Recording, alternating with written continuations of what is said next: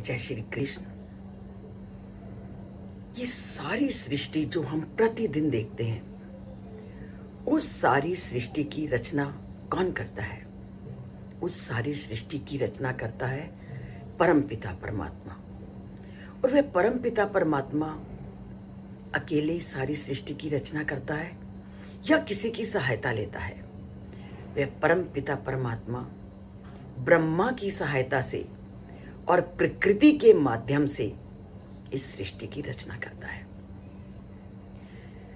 और इस सृष्टि को बनाने के लिए दो तत्वों की सबसे ज्यादा जरूरत होती है, एक प्रकृति और दूसरी जीवात्मा। ब्रह्मा उस परम पिता परमात्मा के निर्देश से प्रकृति और जीव आत्मा के माध्यम से इस सारी सृष्टि की रचना करता है। और रचना कैसे करता है? उस परम पिता परमात्मा के बताए गए नियम के अनुसार। तो सृष्टि का मुख्य आधार कौन है, उसको हम अब जानते हैं। और उनका स्वरूप क्या है? श्री कृष्ण कहते हैं प्रकृतिम पुरुषम च एव विधि अनादि उभावपि विकाराश्च गुणाश्च एव विधि प्रकृति संभवा। वो क्या कहते हैं कि ये जो प्रकृति है और हर व्यक्ति के अंदर जो जीव आत्मा है, वो जीव आत्मा अनादि है।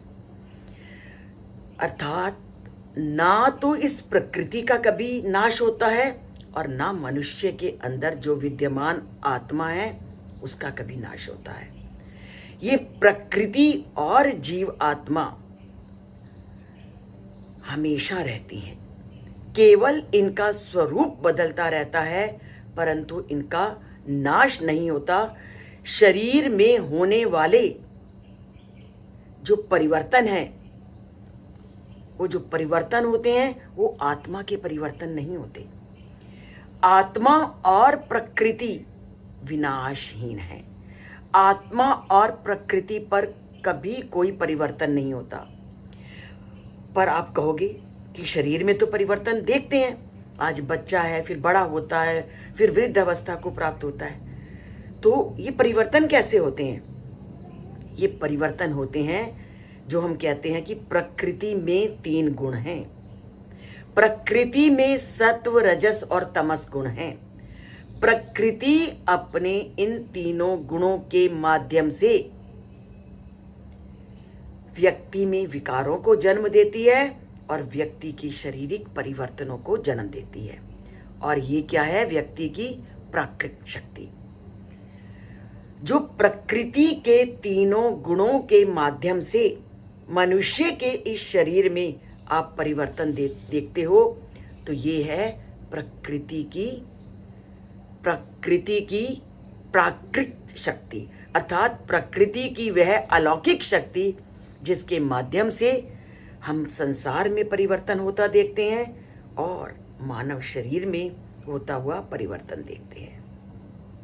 पर मूल रूप से प्रकृति भी अनादि है और मानव शरीर के अंदर जो आत्मा है वो भी अनादि है।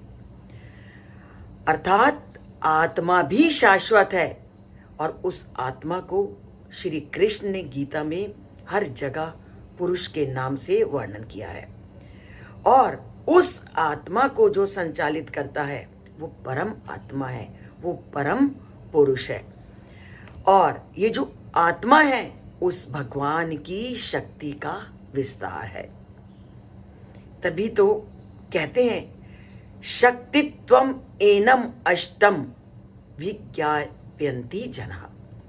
अर्थात आत्मा भगवान की जीव शक्ति का एक अंश है, जबकि जो प्रकृति है वो प्राकृत शक्ति जड़ शक्ति है। संसार कैसे बनता है? प्रकृति से और आत्मा से। आत्मा परमात्मा की जीवित या जीव शक्ति है, परंतु प्रकृत जड़ शक्ति है। तो जड़ और जीव ये दोनों मिलकर के इस संसार की रचना करते हैं। और व्यक्ति के अंदर ये जो जीव शक्ति है वो चेतन शक्ति है, और वो जो जीव और चेतन शक्ति है वो कभी परिवर्तित नहीं होती, वो अपरिवर्तनीय है। और ये विभिन्न जन्मों के माध्यम से विभिन्न अवस्थाओं को ग्रहण करती है, पर आत्मा हमेशा अपरिवर्तित रहती है। वो एक जन्म से दूसरे जन्म को पार करती है, दूसरे से तीसरे को पार करती है। उसी तरह शरीर में भी वो अनेक अवस्थाओं को प्राप्त करती है। पहले जन्म लेती है, फिर वृद्धि को प्राप्त करती है, फिर जन्म देने की शक्ति को प्राप्त करती है, नष्ट होती है, मृत्यु को प्राप्त होती है, फिर पुनः दूसरे रूप को प्राप्त होती रहती है। और ये पुनः बार बार शरीर धारण करती रहेगी। कब तक? जब तक तुम उस परम पिता परमात्मा के वास्तविक स्वरूप से परिचित नहीं हो पाओगे। जिस दिन तुमने उस परम पिता परमात्मा के वास्तविक रूप को जानना शुरू कर दिया और उसके वास्तविक रूप का ज्ञान ले लिया, तभी तुम बार बार इस जीवन के आवागमन से के चक्र से मुक्त होगे। अन्यथा संसार में आएंगे, कभी सुख तो कभी दुख को प्राप्त करते हुए उसी तरह जीवन को व्यतीत करते जाएंगे जैसा हम आज कर रहे हैं। और जीवन केवल कहो सुखों का जीवन है तो ये कभी संभव नहीं। जीवन आते हैं तो हमें अपने कर्म अनुसार अनेक सुख और दुखपूर्ण परिस्थितियों का सामना कराते हैं। जैसा हमने कर्म किया है वैसी परिस्थितियां हमें इस शरीर में मिलती हैं। अगर हमारे कर्म अच्छे हैं तो शरीर स्वस्थ है, अगर कर्म हमारे मन से या शारीरिक रूप से किसी भी तरह से अगर बुरे हैं तो उसका भुगतान हमारे शरीर को ही करना है और हमारे जीवन को करना है।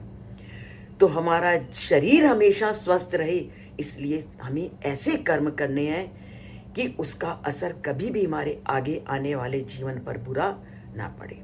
तो उसके लिए उस परम पिता परमात्मा के स्वरूप को प्रतिपल जानने का प्रयत्न करें और उनके कहे कथनों को जीवन अनुसार ढालें और जानें कि उनके कथन क्या हैं। और उनके कथनों को जानना है तो शास्त्रों से नाता जोड़ना है। और शास्त्रों से नाता जोड़ने के लिए अगर आपको ये चैनल भी कुछ देता है तो इससे अवश्य जुड़ें। और अगर सब्सक्राइब नहीं किया तो सब्सक्राइब एक बार कर लीजिए और लाइक का बटन ज़रूर दबाइए, क्योंकि लाइक भी हमारा एक जीवन का नियम है और जो हमें छोटे छोटे नियमों से बड़े नियमों का पालन करना सिखाता है। जय श्री कृष्ण।